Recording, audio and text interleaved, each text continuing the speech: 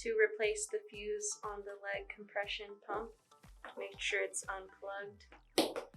Flip it over. And there's a little screw labeled fuse. Take a Phillips head and unscrew that.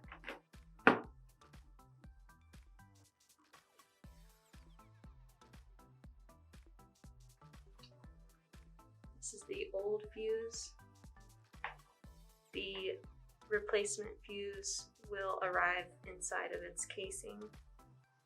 You can either unscrew this top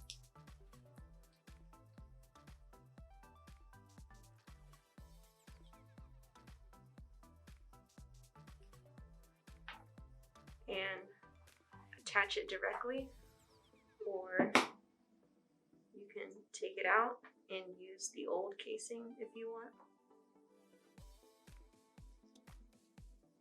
and screw it back in.